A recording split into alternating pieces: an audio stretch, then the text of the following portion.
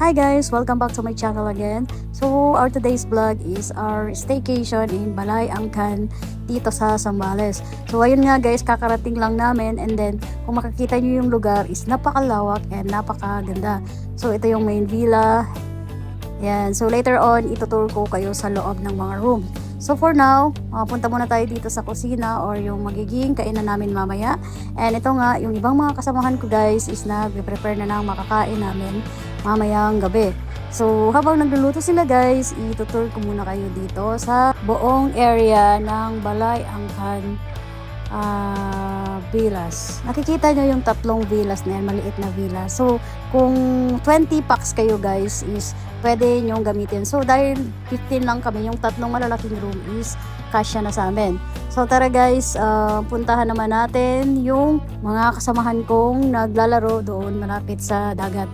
So, ayan, napakaganda ng panahon dito guys and mukhang nag-i-enjoy yung mga kasama ko sa paglalaro ng volleyball at makikita nyo din guys na napakaganda ng buhangin dito.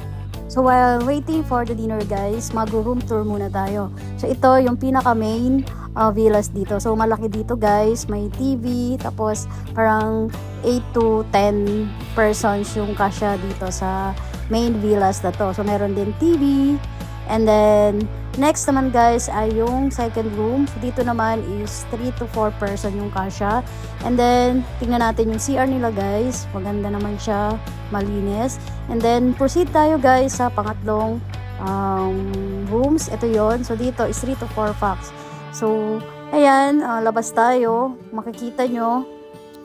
Ayan yung mga kasamahan ko. Upo lang, chill lang. So, very talaga dito guys, very relaxing. So bukod sa napakatahimik ng lugar, ang ganda pa, napakakalma ng ambience niya. So ayun nga guys, din kami, nag-bonfire din kami, tamang kwentuhan, tamang chillax, tamang inom lang, good vibes lang, and just enjoying the night.